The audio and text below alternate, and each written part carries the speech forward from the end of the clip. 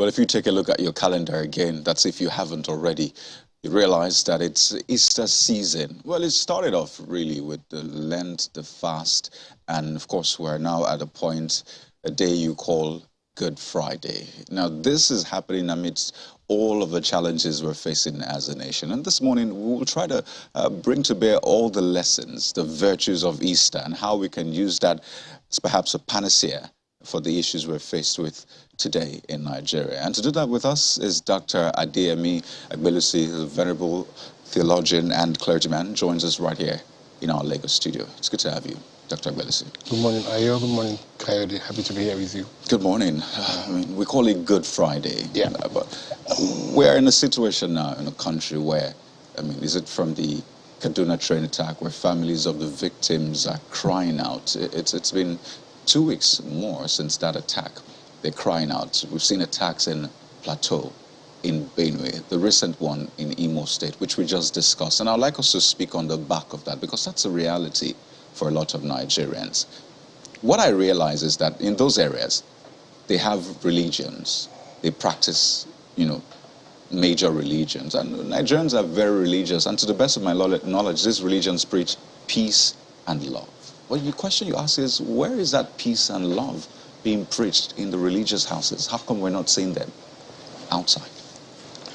Okay, that's a very fantastic question. And I'll try to locate it and summarize as much as I can. The reality of Good Friday is that Good Friday happened exactly because of what we're going through. The Bible tells us in the beginning of creation that God made the world perfect. Created it and said everything was good. And so that's what we all expect. That's the ideal we want. But then there came a serpent that deceived man to disobey God. And by that action, we had sinfulness, death, and pain come into the world. So God promised that he would come and redeem mankind. So Good Friday is the day that check is cashed and God redeems mankind. So yes, we do have the continuation of sorrow and sin in the world, but the church looks forward to the second coming of Christ when he now comes to establish the new creation, the new kingdom, where there's no more sorrow, no more weeping, there's no more pain. And so we're in a period when the elect of God are being completed. So that's the theological message of Good Friday. But in reality, as we live every day, of course there's sorrow, there's a lot of pain, a lot of disappointment that we live with. So Good Friday helps us to look to the cross, look to what Christ has done, and to see that in sacrifice, there can come out something good. In pain, there can come out something bitter. So the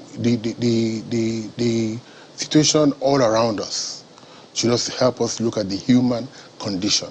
And it's really amazing that somewhere in John chapter 8, Christ caught a woman in adultery and he brought her to him and he said, look, whoever can point a finger at themselves and find that they are perfect should throw the first stone, and no one could do it. So in as much as we want to throw blames all around the country, at the government, at the people, at the church, at everybody, the reality is that none of us can really throw the stone. I heard a previous speaker say, look, the more people involved in terrorism and these actions than even the armed forces themselves. And the thing is true. It's a societal problem. And of course, religion has a role to play in it. But of course, morality, education, government, the media drives the agenda. And so we all have to work together to build a better society. Doctor, the question that my colleague asked, I don't know whether I'm reiterating or rephrasing. Okay. The issue he's raising is, I thought that the reason for religion, the reason for faith, was to forestall those things happening. The reason for faith was to entrench love in the environment, in the societies, in the interiors, that we will take from those interiors to the city centers, to the federal capital, so that the things that we're experiencing now, the way we're experiencing them now, we will not be experiencing them. So if is that to say that faith or religion is not strong enough to persuade people to dissuade from evil? Well, I'll be very careful in answering that, because at face value, I would just say yes.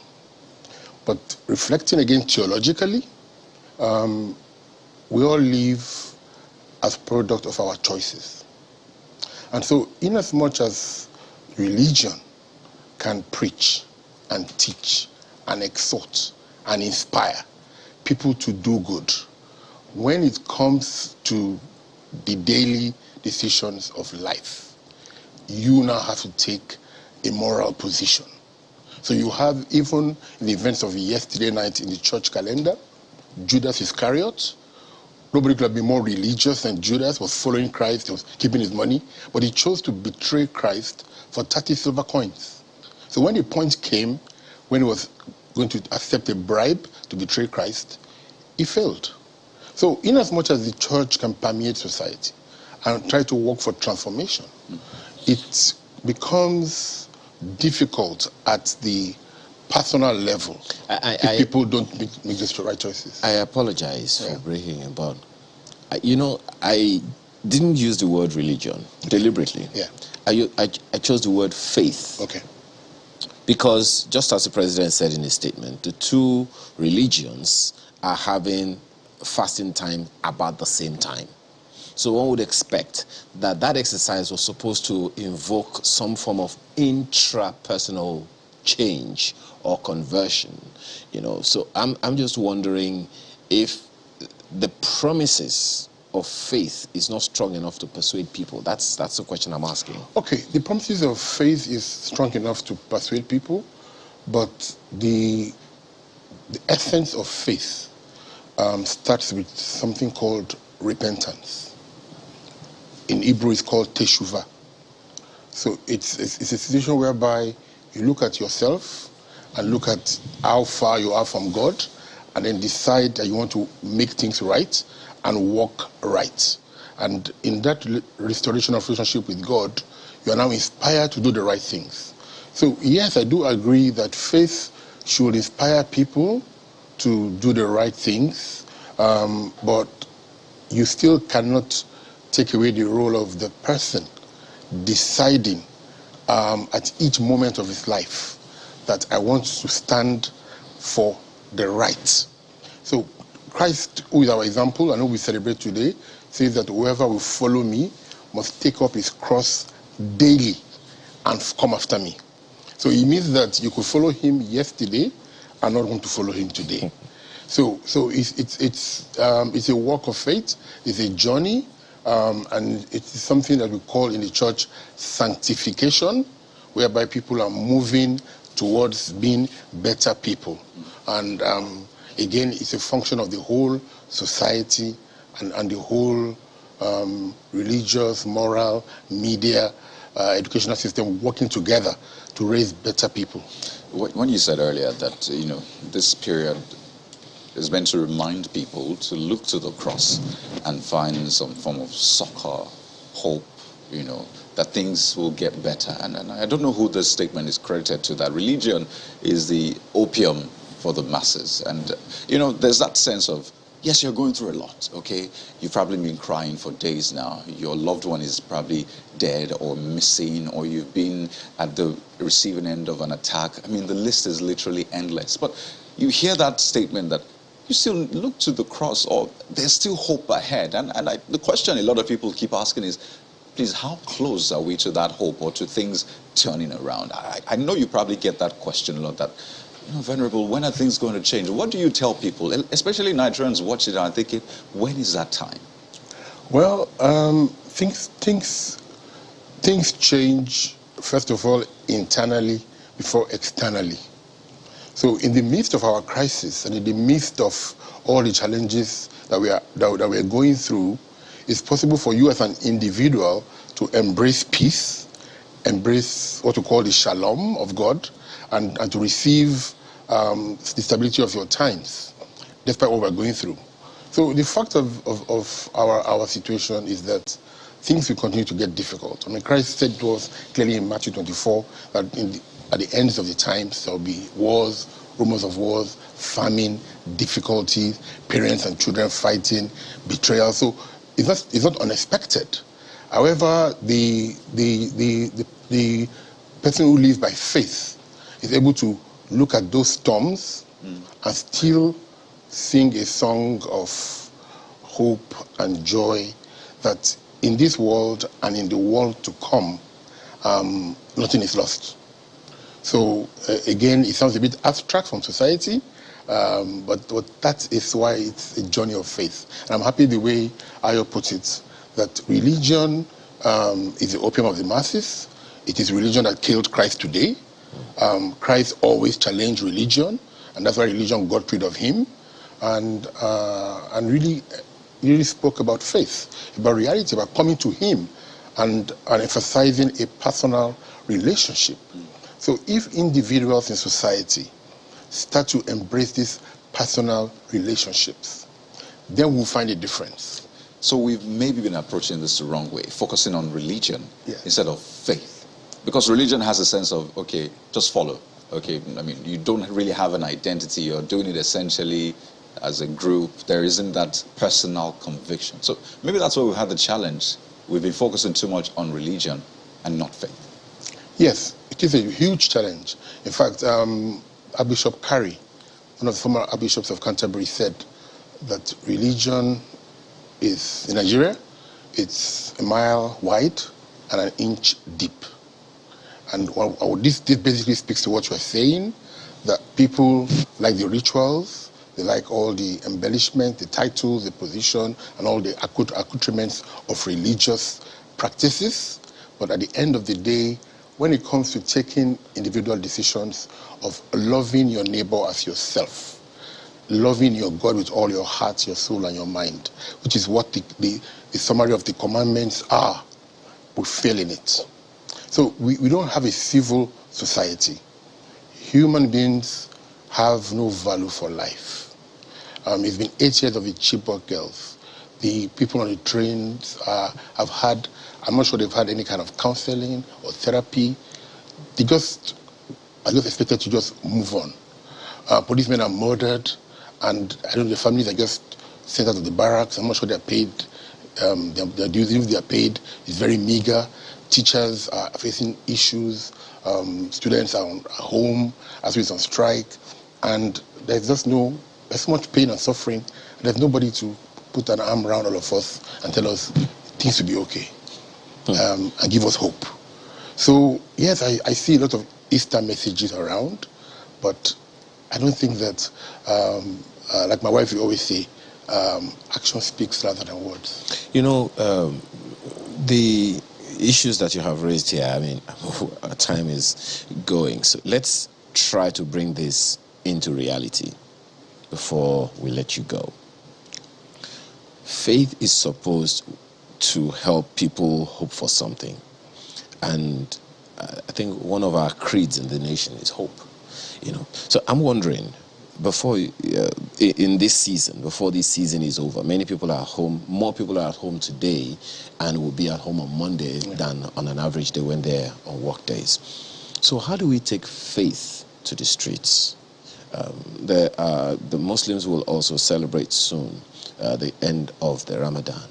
How do we bring faith to the workplace? How do we bring faith to the street in the face of all the realities that you have, painted, which is the reality that everyone sees? Faith is not sin. Faith, as you said, is seemingly unreal, but all of the holy books say that if you believe in God, God is going to make life better for you. But it doesn't just happen. You have to believe. How do you bring that faith into people's real realities? Okay. We're all products of our thinking.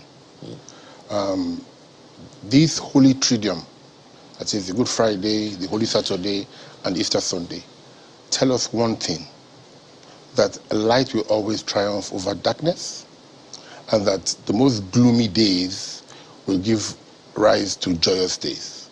So like Psalm 30 tells us, weeping may endure for a night, but joy comes in the morning. So this is a period to reflect again that it was a bleak, gloomy Friday. Between yesterday night, Thursday evening, and this morning, Christ had faced 6 trials. 3 civil for the Roman government and 3 before the Jewish government. And he had been convicted and sentenced to death. And so about 9 o'clock now, churches will commemorate his carrying his cross to Golgotha, where he will be crucified by 12 and hung till 3. How do you try a man 6 times in one night? Courts shouldn't even sit at night. So there's a travesty of justice. So humanity did their worst. And on the cross, you find Christ starting with forgiveness, comforting his mom, assuring people of salvation, and eventually committing himself to his Father's hands. And at the end of it, we have a period of waiting when he's in the grave. And then suddenly on Easter Sunday, the essence of the Christian faith burst. There is an open grave and the tomb is empty. So the worst of humanity on Good Friday has given birth to the best of God. That is what we should reflect on this season. That no matter what we're going through as a nation, it's a period of darkness. It's a season. But it will give rise to a new Nigeria. But Things will get better again. At the end of it is, at the core of it, I apologize, God. No. At the core of it is love. Yes. Be it on Thursday evening, on Friday, on Saturday when he's in the grave, and on Sunday, at the core of it is love. Love is the reason why we have the cross. Love is the reason why we have Good Friday. John tells us, for God so loved the world that he gave, he offered, he sacrificed his only begotten Son, that those who believe in him may not perish but have eternal life. So we find Christ on the cross with his arms wide open, embracing everybody to come to him with all their challenges, their burdens, and he will give them rest and he will give them peace. So Christ offers hope by his death and resurrection to all people who are facing different challenges now, either bereavement, they're suicidal, they're depressed, to just look to him, speak to him, draw to him, and in the Easter hope, in the rising, believe that for them the sun will rise again and they will smile again. I have 2 questions, but we have 2 minutes. I'll see how we'll do it. The president's statement, commemorating Easter with faithful said, I enjoin us therefore to leave out the eternal words of Jesus Christ on the cross. Father, forgive them, for they know not what they are doing. And we're faced with insecurity, terrorism. There's banditry, but terrorism now, in other parts of the country as well. And there's been talk about amnesty, clemency, and all of that. How does this statement get, expression in the reality of our laws and the call for some sort of amnesty and all of that? Yes, I'm an accredited mediator and I do dispute resolution for a living. And I will tell you clearly that if you don't have a dialogue, a therapy, and a forgiving process, like you saw in the Nuremberg trials after the Second World War, and that's so old. He had it in South Africa with Mandela. People just came out and said, look, I killed your mom, arrested your dad. There's a lot of healing to be done. The NSAS panel, would have done that, but they were more judicial. But we need to have a sit down. The amount of lives that are lost here is ridiculous. It's unheard of. And so people need to come together. Yes, there should be a dialogue. The president is right. We need to forgive one another for the hurts and the pains we are causing each other. And there have been failure on the parts of citizens, failure on the parts of the government. And as we prepare to have new leadership in 2023, we need to have this dialogue to see how we can sit down together and forgive each other and start to love each other as a nation, because we are one Nigeria. And no matter where you go, you carry the badge of being a Nigerian, irrespective of what you achieve. So that's really, yes. Let me sneak this last one in because of our time. So we have Lord's temporal, Lord's spiritual. Yeah. I mean, the commons and, of course, the fourth estate of the realm. But the Lord's Spirit will have a role to play, as it were. And I'm using this loosely, but I want to focus on religious leaders, or leaders of faith in this case. What role do they have to play in the build-up to 2023? Well, I think since our time is gone, religious leaders need to help us set an agenda, a benchmark as to what is the criteria of leadership we should be looking for. Not race, ethnicity, but content of character. We should set the agenda as to who can lead Nigeria out of the woods. Who are we looking for? I think that's the clearest. And they also give us hope that we should go out and vote, get our PVC, and engage in the civil duties. But most importantly, let's set a standard. No channels will have their debate. I'll be so happy to take part in that. Anybody who won't debate shouldn't rule us. That should be a ground norm. You know, they should come and speak to us, tell us their mind.